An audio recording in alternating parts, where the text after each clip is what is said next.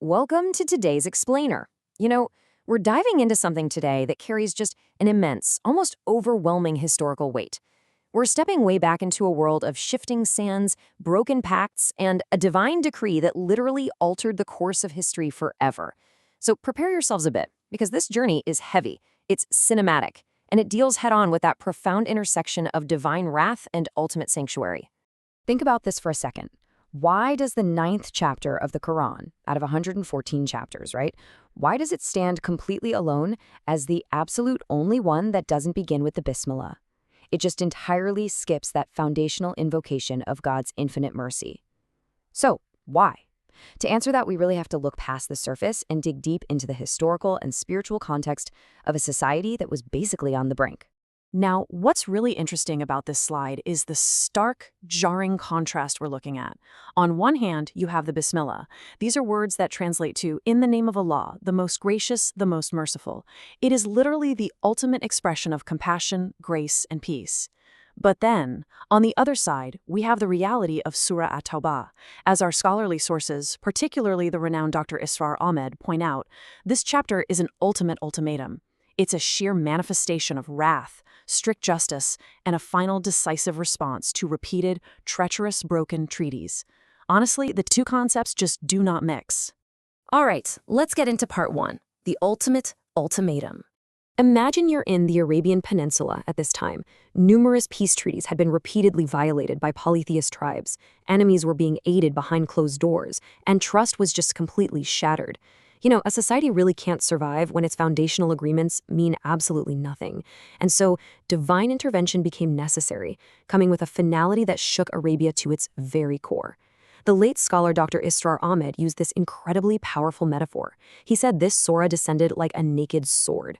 Think about the absolute seriousness of that. It wasn't a gentle reminder. It wasn't a soft suggestion. It was a drawn weapon of divine justice, stepping right onto the battlefield of broken promises to draw a definitive line in the sand. And that line in the sand, that's captured by the concept of bara. It's a final, definitive, public declaration of disassociation, and it's absolutely crucial to understand that this wasn't merely a spiritual revelation meant for quiet prayer. Not at all. It was a monumental political statement, a literal severing of ties. Allah and His Messenger were officially declaring that the immunity and protection offered by those previously broken treaties were now completely null and void for the traitors. Which brings us to part two, announcement at Hajj Akbar. Okay, let's dive into this. An ultimatum of this immense magnitude, it couldn't just be whispered behind closed doors, right? It had to be declared loudly so the entire region would hear it, understand it, and really feel its weight. That brings us to the greatest stage possible, the Great Pilgrimage. The sequence here is incredibly dramatic. First, treaties were repeatedly broken by the polytheists, creating this totally untenable situation. Second, Surah At-Tawbah was revealed as the absolute final decree. Third, the Prophet Muhammad dispatched Hazrat Ali as a special envoy with a highly specific mission. And finally, Hazrat Ali stood there at the Hajj Akbar, surrounded by tribes from all over the Arabian Peninsula, and publicly read this ultimatum out loud. I mean, the tension in the air must have been absolutely electric. Now, you might be wondering, why Hazrat Ali? Why not someone else to deliver this heavy message? Well, in Arabian custom at the time, dissolving a treaty carried such immense weight that it couldn't be delivered by just any messenger. It had to be the leader himself or someone from his own blood, his close family. By sending his cousin and son-in-law Hazrat Ali, Prophet Muhammad was speaking directly in the language and customs of the Arabs. It proves the precise, incredibly serious, and completely official nature of this decree.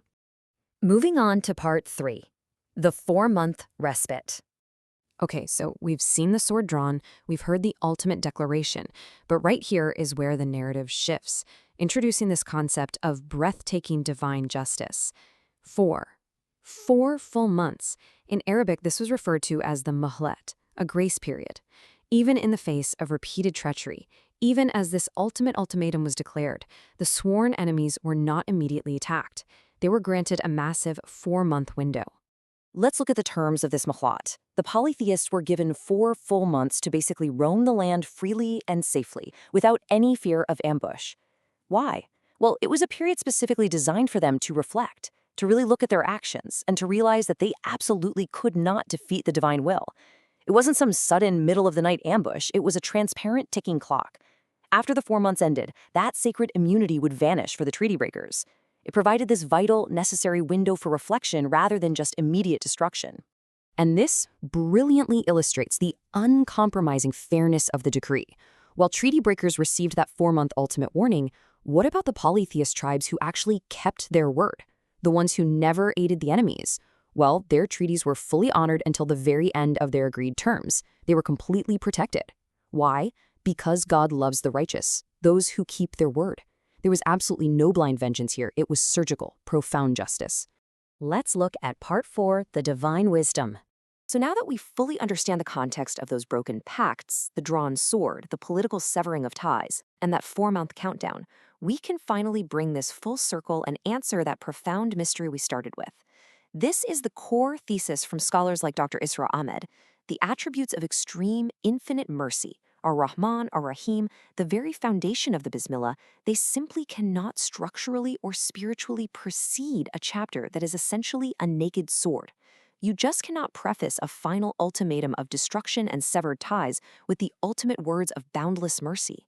The absence of the Bismillah isn't some clerical mistake. It's a profound, intentional reflection of the chapter's intense and uncompromising reality. Finally, Part 5, the promise of asylum. Let's move to and see how this builds. Because if you think this chapter is entirely void of mercy, you'd actually be deeply mistaken. Let's look at the emotional climax of this entire historical event. Even within this declaration of war, something absolutely incredible happens. Right in the middle of this intense ultimatum, a mind-blowing protocol is established for seekers of truth.